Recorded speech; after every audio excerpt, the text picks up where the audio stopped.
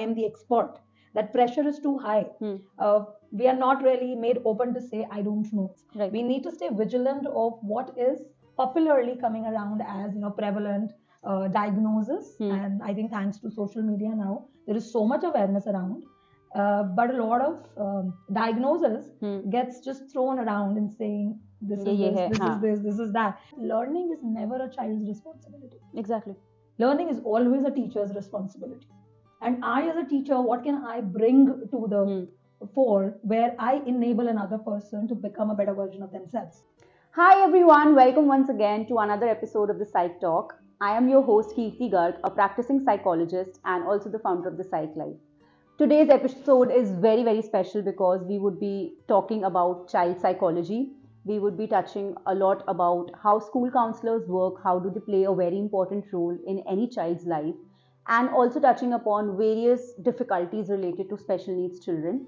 And for that, I am sure we could not invite any better guest than Ms. Gitika Kapoor. Ma'am is a mentor to school counselors and she's been doing this for over 23 years. And I'm sure this conversation is going to teach us a lot. I'm very excited to have you today, ma'am. Thank you so much. Thank you so much for having me here. So, ma'am, you've worked as a mentor to school counselors. I would like to start by asking you, how is the training of a school counselor so different from any other mental health professional that वो सिर्फ बच्चों के लिए नहीं, but they are taught for the holistic well-being of even teachers and parents. So how is that training so different? Okay, so schools are happening places. Schools are very different from clinical one-to-one setup. So whenever a person is operating as a school counselor, we need to be like all antennas up. Anybody can walk in any time. In fact, the counseling culture in a school usually takes time to set up because schools do not have very clear boundaries of, this is my space, this is your space. People run into each other's spaces. Right. So as a counselor working in a school system, one has to have different thresholds for noise levels, interruptions, how we transition from one-on-one to a group, to talking to different age groups. So I may be talking to, say, a 3-year-old at a time, and then switch roles to a 14-year-old and switch role to a parent or a teacher. And I also think that we learn very quickly how to do brief work effectively. Brief as in I might get just 15 minutes with a person, and how do I quickly form rapport, get to what is happening, form that trust with a person that I am a dependable person. Within those 15 minutes. Stay safe with me, and then also be able to mobilize them towards something. And that transition can be exhausting sometimes, but we need to be working on ourselves. And this is very different from a clinical setup where, we have our start and stop time. We have about 45 minutes to an hour of time to build rapport, to come to the issue, and then to mobilize somebody, right? So in that sense, our flexibility of skills with different age groups, quick shifts, not becoming rigid in our style. So I think as a school counselor, one would find it very difficult to commit to a school of thought in psychology and say I am this kind of a psychologist because we need to cater to so many people at one time that we need to come up with what's the approach best for the client in front of me, rather than saying I am this, I do this. If you can't fit into my style of working, then be it. So it doesn't work like that. And how do you train counselors in doing all of this, school psychologists into doing all of this? So I think I have been on a privileged side on that because I work with people who've been already hired by schools. Okay. So they already have the training. So I'm not starting with scratch. Mostly people have at least a master's in psychology, and they could have even higher education in that. So the exposure is also about one for me. First, understanding the culture of the school that I am consulting for. I cannot have one, size fit all schools. Definitely. schools have a different culture, then that culture permeates to what the counselors are supposed to be doing in that school setup. And usually, when I'm working, it's usually a team of counselors and special educators Right. working in tandem with each other, and they are then consulting with the teachers, with the school principal, with the parents. Um, Understanding where that person is that I'm going to be training. So having their trust in me and me being able to serve them. Each person comes with their own personality traits. So their strengths are somewhere. They need something else where they need the skill building to happen. So anybody who is slowing down too much, I sometimes need to prompt them to speed up. Somebody who's been in too much hurry, I need to prompt them to slow down. So flexibility in understanding. So the needs assessment for me, for my trainees also happen, on an ongoing basis. Right. Usually it takes about a month of warm up and saying, where we are headed. I go about a lot of reading for them. So anybody who's training with me needs to be open to reading. And it also happens, I think, in our culture where we are in India and the way we operate. People get too soon into the mobilized mode, that I am the expert. That pressure is too high. We are not really made open to say, I don't know. Where do I go to say I don't know? And we all have been in those boats, right? The initial years out of college, we did not really know what's happening, and it took us some time to figure that out. Definitely. However, when one takes up the job, one cannot really openly say, I'm confused. I don't know what to do. So then I think my role becomes to be that person for the counselor and saying it's okay not to know. But we can't just say I don't know and then do what. So we need to go back to our books. We need to also then start contextualizing what we read in college to what needs to be applied. What is relevant today? What is relevant today? Because also we need to stay cognizant of the fact that we are experts in a way. We need to talk science. We need to borrow from our science. We need to stay vigilant of what is popularly coming around as prevalent diagnosis. And I think thanks to social media now, there is so much awareness around. But a lot of diagnosis gets just thrown around and saying this is this is that, and then we need to kind of say, okay, wait, how am I thinking about it? Right. Also, I think when people are operating, when counselors and special educators are operating in the school system, the prevalent practices in our systems are that people do not feel confident in diagnosing or thinking differentially about diagnosis. Okay. Because as part of the education system, it is taken as a clinical person's job to tell us what the diagnosis is, and we will not utter those words. Right. Sometimes that also becomes a little bit of a disservice to the children that we are serving. For example, I would say that I work a lot with dyslexia, and we know now from research that in kindergarten, grade 1, we have enough signs to pick whether a child is going to move towards a reading failure or not. Right. Are they going to have low achievement or not? We can predict it. But now for me to say that why are we waiting till grade 3 till a formal diagnosis will happen for us to say this child is at risk for reading failure? Now that's dyslexia, right? Right. And so this is kind of vocabulary sometimes that we need the school counselor to imbibe in their balance of saying maybe this is not, because they are in that culture. Right. They need to respect that also. But for us to say when to raise the red flags, when really to raise the red flags, because working with children, again in our context, it happened for a long time. We said बच्चे हैं, थोड़ा time दीजिए, ठीक हो जाएंगे. Especially if I'm working with a child in kindergarten or grade 1 or grade 2, people would say they are so young, why do you want to go after them, why do you want to label them? Why do you want to intervene so hard her with बच्चे them? के साथ होता है, time के साथ ठीक हो जाएगा. टाइम के साथ ठीक हो Right. जाएंगे. And now for us, learning neuroplasticity, we know that younger you start working, The better lesser the time it will take to hone up those skills. right. Also, when children struggle through the primary grades, by the time they reach middle school, they already have that self schema that I'm not good enough. I'm not good in studies. I'm not good at something else. And then when we see school refusal coming in, or we see other difficult behaviors coming in, we start saying maybe it's something else. For example, anxiety. Anxiety starts showing up before exams. I do not want to prepare. I cannot prepare. And then we start treating for anxiety. But the Right. root cause was underachievement or say dyslexia. The child did not have the skills.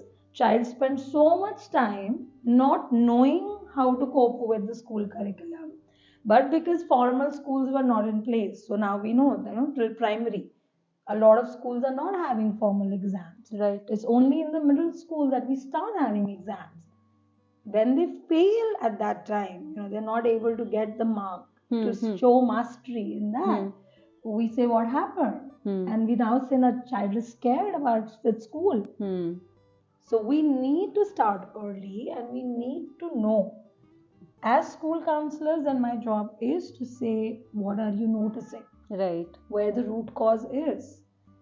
When are we going to say this is it? And what are we then going to do about it? Right. So building that ecosystem within the school where we are not just raising the red flags but also saying what do we do about it? Exactly. How do we help the child early on so that it doesn't become so wide a gap? Then we start saying school ho bhi payega ya nahi. हाँ. Ma'am, you hold so much interest and so much of knowledge around children, and you also train people who deal with children directly.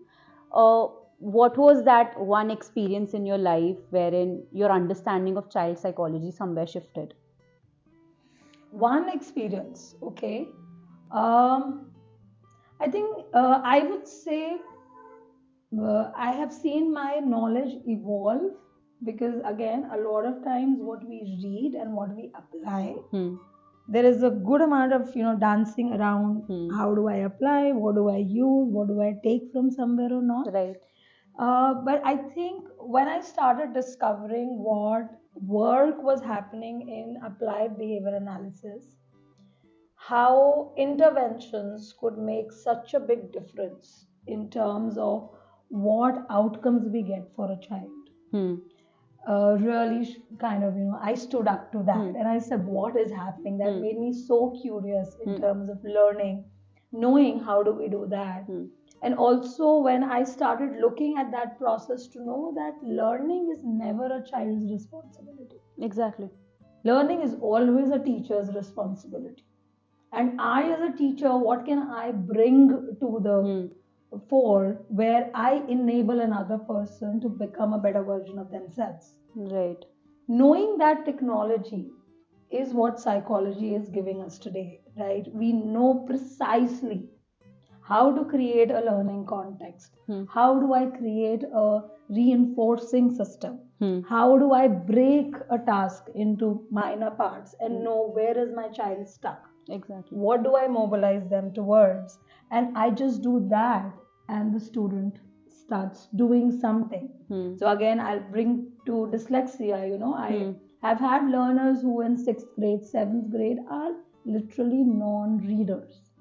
They do not read. And when we start working with say precision teaching, so we would say, okay, we would start with say short vowel sounds. We will start with English alphabet. You would know your consonants. And now the idea is, how do I see growth to a child? From a non-reader to say, I know my sounds well. I can read.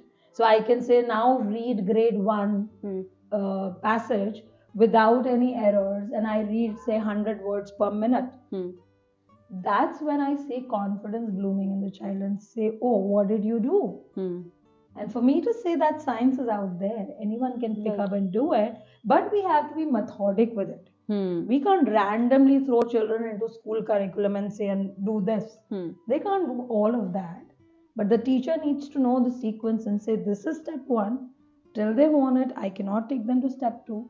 Till they don't do it, I can't take them to the next step. And that's where the school curriculum kind of messes it up a little bit for our children. And then we need to know, do a little different. Let's slow down a little bit. Right. Again, somebody moving faster, you're slowing them down. Somebody who's going at a slower pace, you're asking them to move fast. And also, I think what this third wave psychotherapy is doing for us right now, we are learning so much about emotional well-being. Right. How we need to teach social connectedness to children.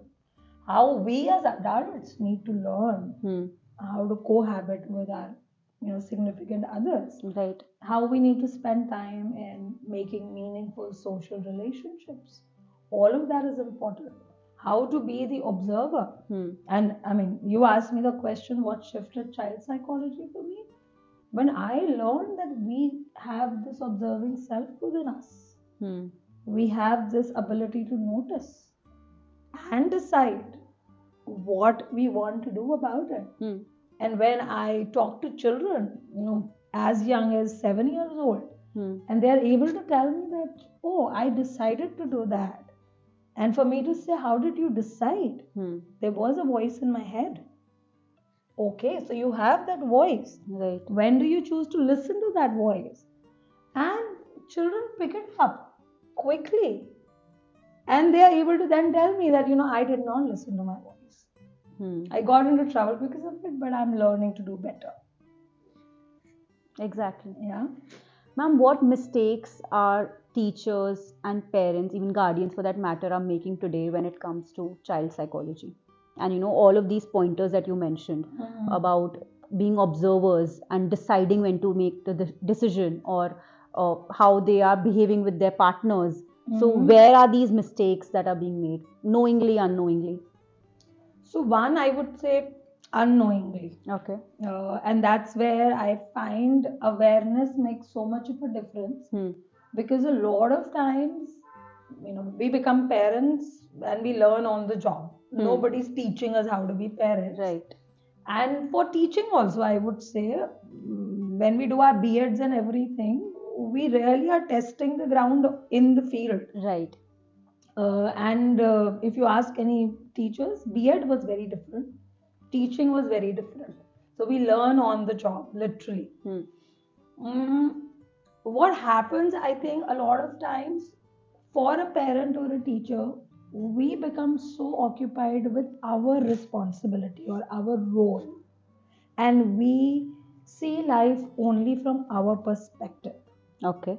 Children are seen as these little things who don't really feel, think.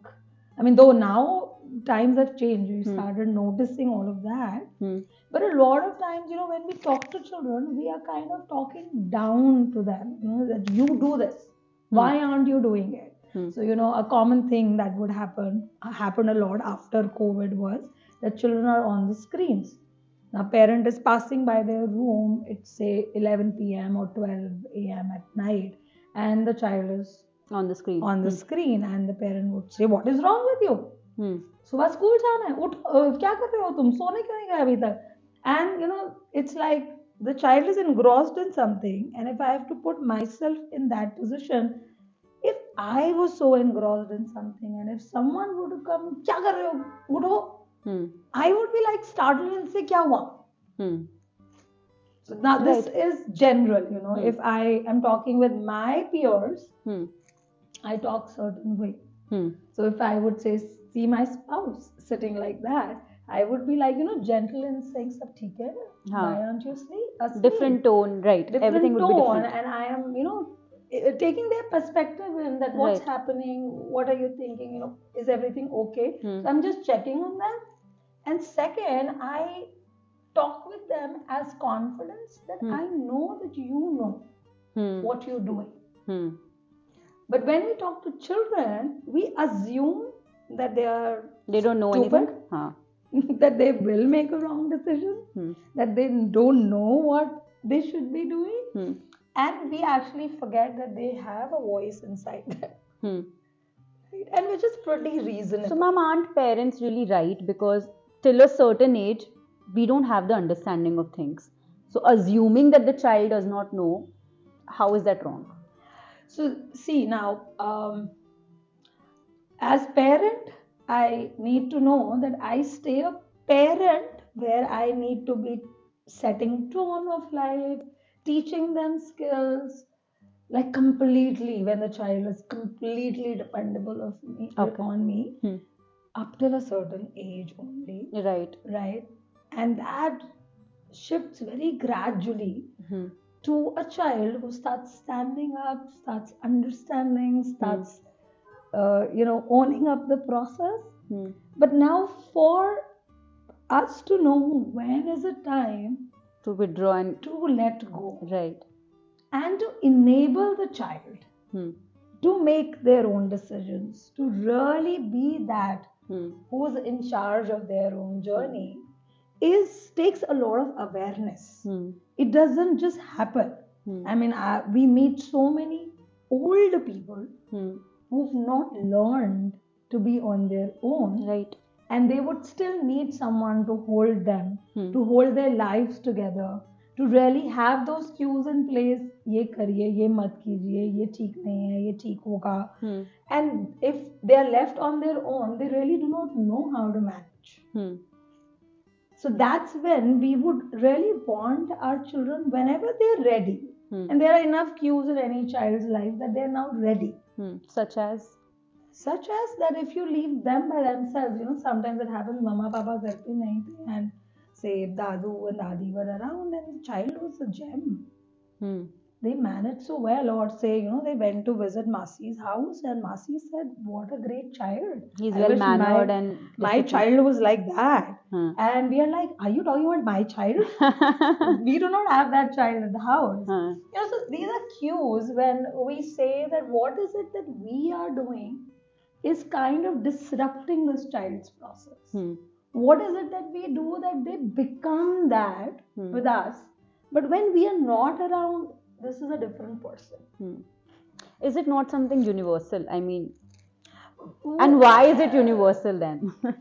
Well, so see, again, I'm right now just with parents, okay? I'm not gone to teachers. Right. But again, I think as a parent, when I observe myself, I really need to remember that am I overdoing my job? Hmm. Just to be perfect, probably. Just wanting it to be perfect. Well, parenting is anxiety provoking, right? We do not want to mess up with a child. Right. And we start by thinking that I want to do a decent enough job. Right. There is a voice, we feel responsible. And in fact, when I work with children with disability, there's so much of guilt that gets provoked sometimes where parents wants to, just make sure, did I do something wrong? Was it because of us that something happened? And a lot of times, we do not have those exact answers, that what led to what. So in that sense, I think there is a lot of social expectation from a parent that, we want our children to be certain way because we feel responsible for that. But now for us to also know that we are pretty limited in our power. Right. How much we can influence a person's journey.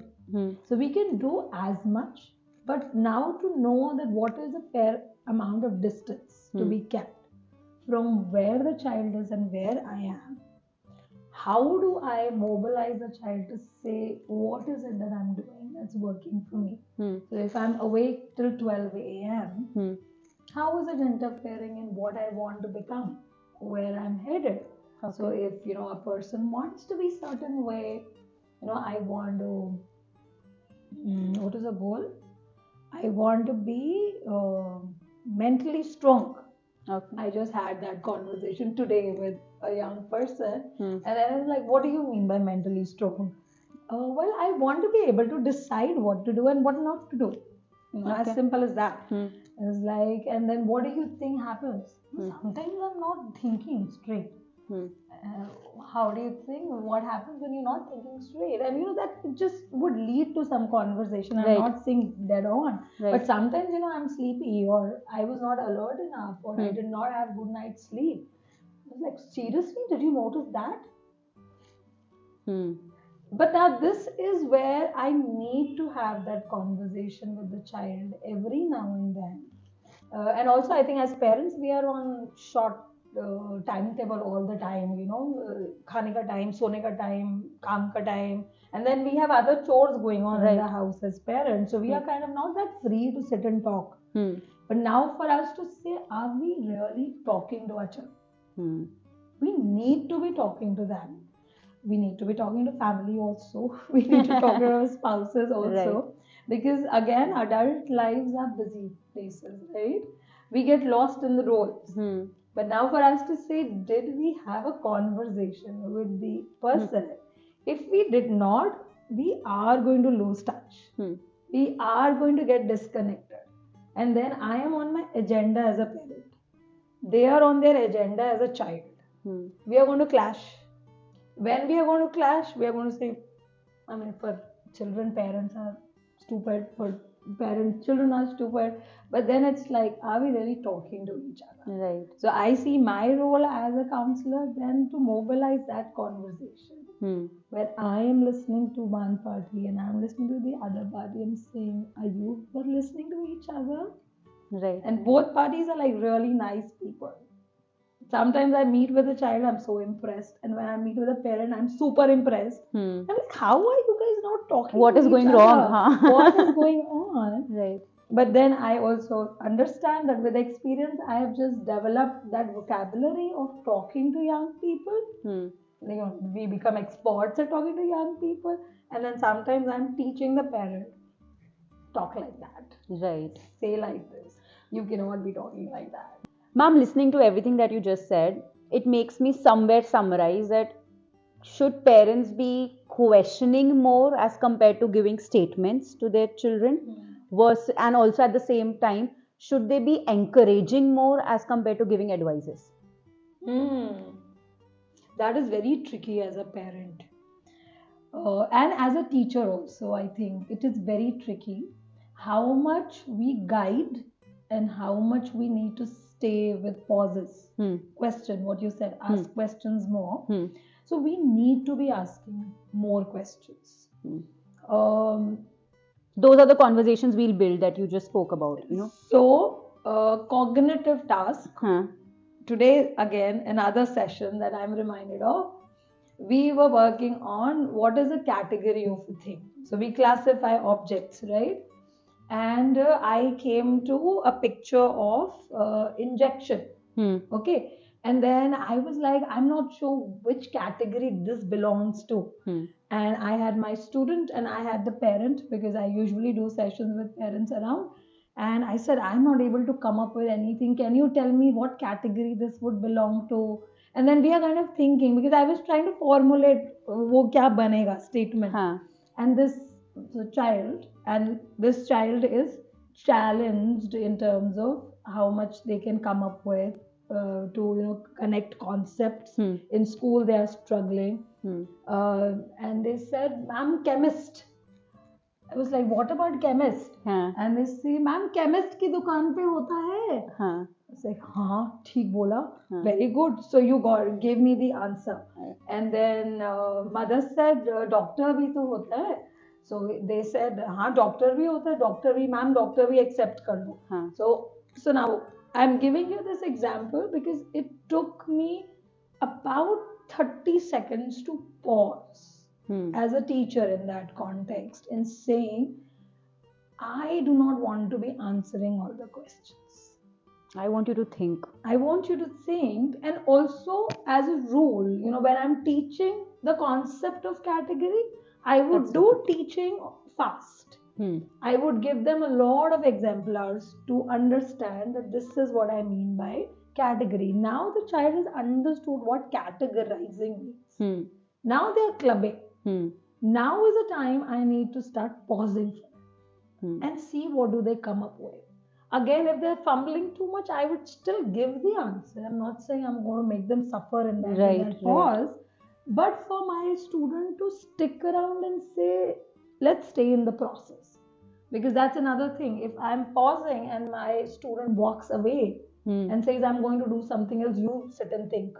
I don't want to think with you. Then it's actually not thinking with me. They're abandoning the process of thinking. So how do I build that relationship with a child where they know I need to stick around? She's here to help me. If I stick around with her, we are going to solve a problem together. Right. And that's, I think, a trust that every child needs to have in the parent. Every child needs to have in their teacher. That they are the people who are going to help me solve the situations. They are my go-to people. If I go to them, they are not going to judge me by saying, "ये क्या कर दिया? ये क्यों कर दिया? इतना भी नहीं आता तुमको करना." Rather, they are going to say, "Okay, sit down. Tell me what happened. क्या किया तुमने? क्या चल रहा था दिमाग में जब ये किया? Did you get what you were working towards?" Because a lot of time, children will try doing something because they think is the problem solved हो जाएगा. नहीं, I did not get the result that I wanted. Okay, now let's think what else can we do. Do you want me to suggest you? Again, a lot of times I think we underestimate children. We think they can't think straight. But I have seen enough students come back with even better answers than I could have come back with. They've helped me structure their study programs. They've come up with timetables I could not have thought about. They help me follow their timetables and say, "Ma'am, ऐसे करके देखते हैं, ये strategy लगा के देखते हैं." Probably you gave them the space to think. You ask them questions कि तुम्हारे हिसाब से क्या सही है क्या नहीं. What would work best for you? Yes. Okay, I think that helps. Ma'am, अगर बहुत ही easy language में parenting styles समझाना हो, could you do that to us? What parenting styles are? Parenting styles समझाना. So I would say follow the child. Before I became the parent, whatever personality I had, does not matter. I need to adapt to what is in front of me, the child. Because again, they don't have the experience, I have the experience. They don't really need me. I need to be a parent for them. So I need to create that need for them. So I need to adapt. And every child is kind of unique in that sense. You know, they have their different temperaments. They have their different, thresholds. Some get spooked very easily, some need we need to tread gently around them. Some are fighters and they don't get rattled easily. And I think as parents, we know very early on what this child needs, what their temperament is. And when I would slow down a parent and say, wait, now you take a deep breath first. You're going too fast. You're saying too much. You tell me what would work for your child. How would, if you go about the situation, it would work for them. Not what is right according to you, but उस बच्चे के लिए क्या आज चलने वाला है? क्या काम करेगा? What will give us the result? And again, another session that my mind is going to, where the parents told me, अगर प्यार से बात करेंगे तो अच्छे से बात करेंगे. And then for me is like, what gets in the way? क्यों नहीं कर पा रहे? That, right? So something is interrupting you. Is mostly the parent's mind, right? Their own temperament, something. There's so much going on in their head. And again, I would say sitting in 2024 now, I will go to the 23, 24 now, we need to take time to slow down. As parents, we need to slow down. If we are in a hurry and if we are trying to do too many things, especially if we are losing touch with the child, we need to slow down. And that's where parenting style emerges. I'm moving away from a book answer. Right. Because, if you Google, you will find parenting styles as an answer. But I do not think that is so easy to apply to any family in front of us. You said it is about adapting to the child, Hmm. right? Now, when we are adapting to the child, should the parent first be understanding the child and then adapting, or like how we see usually, parents are somewhere imposing what they feel, their values, their habits onto the child. So, is it impose कर दो फिर adapt करो करवाओ बच्चे को and you also adapt, Hmm. or is it vice versa? Okay, so see, now the again culture of the house, how we carry ourselves communicates qualities, Hmm. right? And what qualities anybody, even a friend visiting me, when they come to my house, they see people operating a certain way, Right. they start responding like that. Hmm. That is like natural human interaction, right? Right. When somebody is talking to me certain way, I will talk to them in that style. Hmm. It is not possible that I would do something drastically Right. opposite. So how we as parents are setting the culture of our house in terms of how we operate, Hmm. not what we say. Hmm. ये करना ये नहीं करना ऐसे करो ऐसे मत But करो. what you do? What we do, when we set that culture, children start mirroring that Hmm. without being told what to do, what not to do. Hmm. How we feel about the way we are operating. So I, as a woman, would say this, that I saw very early on when I was a child, saw women operating in the house, especially doing the kitchen work and everything. They were not happy doing that. Hmm. And I internalized it and saying that's not a happy space to be in. Hmm. There's something wrong with that space. And I said, I don't want to be doing kitchen work because that's not happy. Hmm. Nobody said anything to me. Nobody was doing anything. Hmm. But I internalized that, right? Hmm. And now for me to say, when I'm talking to parents, I'm like, how does your face look when you are in the house? Hmm. When you're doing your routine chores, do you feel good about it? Hmm.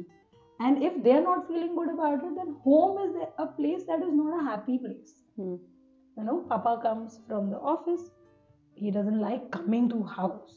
Hmm. He's not happy. But he's very happy in the office. Hmm. Mama goes to her work.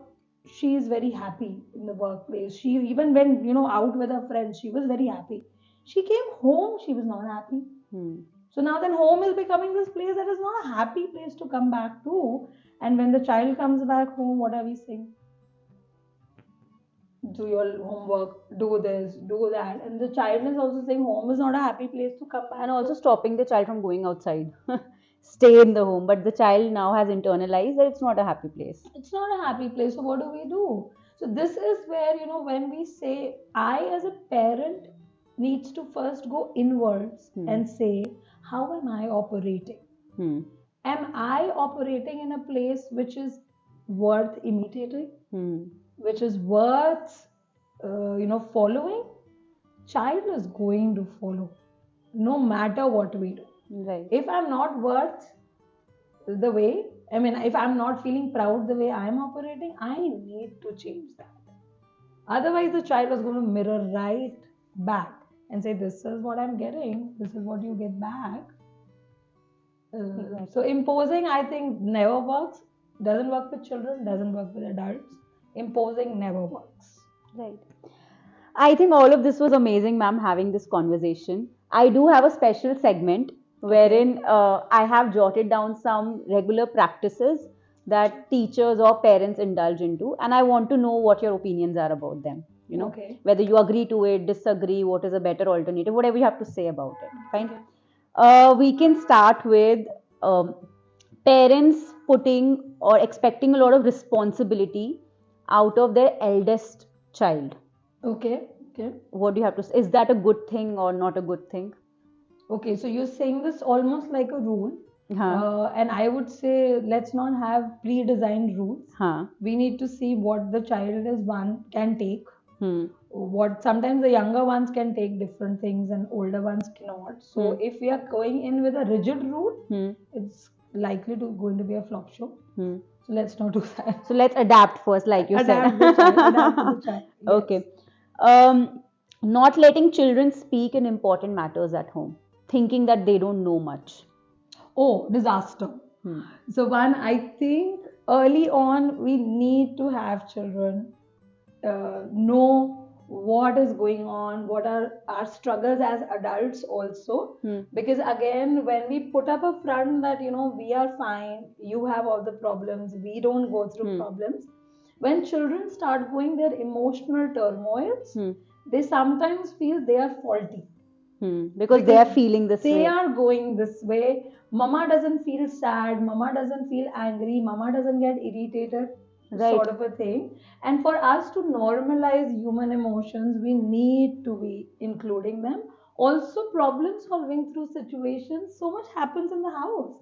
Even when I'm making my grocery list, if my child is involved from early age into what You need to order and yeah. how we build a healthy meal in the house, what I need to buy, how do I check quantities in the kitchen, what do I do, is so much of a life skill training from early on. Right. And children need that. I mean, they don't need to be 23, going to college, living on their own to start building, understanding what grocery is all about. Right. We can start early on. So there's nothing unhealthy about involving them, basically. I don't think so. Okay. Yes, I agree to you, ma'am. Parents continuously reminding their children about how much they've done for them. We have sacrificed so much. We've done this for you, that, and they have, but repetitively saying the same things again and again. So a concept is tracking. When I as a person do something, and if I am able to see the impact of what I'm doing, a lot of times, again, not generic, sometimes when we say this, मैंने आपके लिए इतना किया, आपने इतना किया, generally that other person does good to me. So it's a reinforced behavior, right? And for It's me reciprocated. to say, You get something in return. Yeah. So in that sense, I mean, it's working. Win-win for both situations. Why not do it? Guild them more. They'll They'll probably do more for you. So I would say just see the impact that's happening, and do you want to create that impact? If it's working for both sides, why not do it? If it's not, please do so otherwise. Okay. Parents choosing not to praise their children in front of others, especially Indian parents, thinking कि ये बिगड़ जाएगा या ज़्यादा घमंड आ जाएगा. They'll feel too. Right. So see, this is kind of a quality that we valued of modesty in our culture for the longest time, right? And what the capitalist culture has done for us, where we have to create a market for ourselves, like we have to sell ourselves and we have to attract customers for ourselves. So it's actually a very new age phenomena where we have to create that sense of I am somebody. And in that context, praising has become very important. Like, we need It also goes back to reinforcement, ma'am, somewhere from psychology, Okay. Because if you appreciate the good things, if you praise, the tendency for them to happen more will increase. So praising, I think in the end, is a good thing. It's a good thing. So praising is not bad. The idea is when we, again, see, I need to see what is happening for the parent who is saying, agar hum praise करेंगे तो घमंडी हो जाएंगे. So I am saying that is a quality of modesty, right, that the parent could be preserving, right, and saying that we don't do that for us. Also, we need to see what sometimes praising is doing to the child. Again, tracking the impact. Sometimes it could be kind of something saying आपने मुझे very good नहीं बोला, आपने मुझे ऐसे नहीं बोला, अब मैं नहीं करती, आपने तो मुझे कुछ बोला ही नहीं, और अगेन आपने तो मेरे लिए गिफ्ट ही नहीं लाया, मैं तो करती नहीं अब आपके लिए कुछ भी खाऊं. So now this is where we also need to understand that general rules, let's not become rigid. Let's know that we need to be mindful of what is the impact our actions are creating, and then flexibly modify according to the child in front of us and according to all people in front of us, and saying, do I need to stick to it, or do I need to change that rule for myself? Right. Conversations about no conversations happening around identity of children, especially children who are not just heterosexuals. So conversations around the same, how important are they? Okay, so this is very new for our culture that we've openly started talking about different sexual identities, knowing that I don't need to follow a stereotype. I do not need to imbibe in a certain rule. In fact, again, for me, being a woman, I'm very very conscious about what I do and what I do not do. What role do I want to carry? How do I want to carry myself? So creating those space for individual differences Hmm. is important. Hmm. We need to adapt to children. If they are going through a phase of confusion about what do I stand for, what do I identify with, we need to stay with that confusion, because they will take their own time to clarify in their head what do I want to identify with. Right. It could be any social rule, it could be any place they are in. Even you talked about gender identity or sexual identity. I would talk about even what do they want to study, how Careers. do they want to, what do they want to become. When now young people are trying to experiment with entrepreneur Entrepreneurship, adventures, right. and we're like, oh, you're just 10 years old, what is wrong with you? Sort of a thing. But now for me to help them think that through, do some experiments, clarify for themselves, needs a lot of practice as a parent and as a teacher, as a school system, because we are still to experiment with this experimenting, that individually somebody is going on a different tangent. अभी तक होता था रुक, क्या कर रहे हैं, कहाँ जा रहे हैं, and now we are saying एक मिनट जाके देखने दो. Let's see where they go, what happens. If they get stuck, we'll go stand with them, try to see where you are, अब क्या करना है, but not like say धक्का दे दिया, अभी यही करो या नहीं करो, पीछे खींच लिया. That is like detrimental. And also because right now, if I see just around me, there is so much information. Children are perpetually confused. अब किसको follow करना है, अब क्या करना है. And if me as a parent, I'm saying there's only one truth in life. इसी को follow करना है. First thing, maybe the child is going to say आपको कुछ नहीं करना. Right. I don't want to be that parent. Yeah. And the last one, ma'am, something very common, which is comparisons, whether it is with friends, with classmates, or even their own siblings. So what do you have to say about that? So see, comparison is a natural phenomenon of human mind. We compare because that's the only way we create self-schema for ourselves.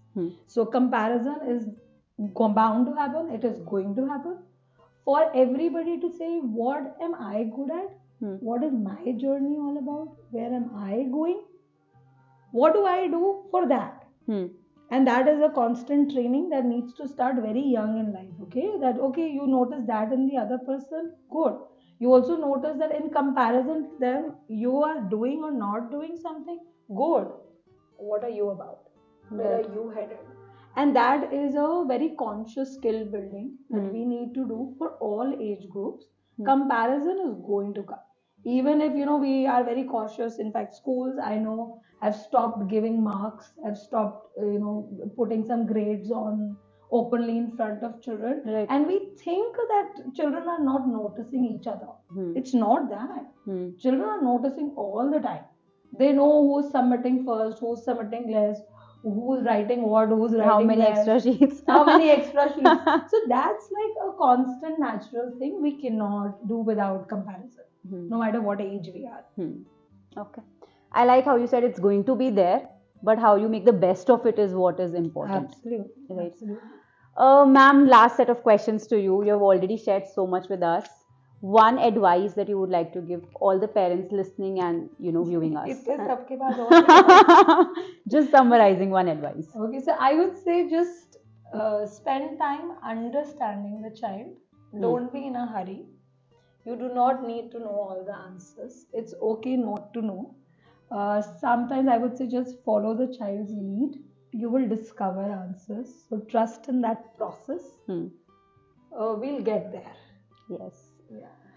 Thank you so much, ma'am. I had a lovely time. I know we had to be interrupted कि time up होने वाला है, बहुत बात कर ली है, but That is how insightful the entire conversation was. Okay. And I'm very, very privileged to have had this conversation with you. Thank you so much for taking out the time. And with this, we come to the end of today's episode. I hope all of you, you came across some eye-opening insights that ma'am shared, with the vast experience that she holds. And is there anything else, ma'am, that you would like to say? Well, thank you for having me here. Thank It you, was ma'am. lovely talking to you. Thank you. With this, we come to the end of today's episode and we will see you soon. Make sure to subscribe to our channel. You can also check ma'am's handle on Instagram. It's by the name Ed Essentials. We will definitely tag it in the group in the description as well. And do drop in your comments with any questions, any queries you have, and what you would like to watch next. Thank you so much, everyone. Have a good day. Bye bye.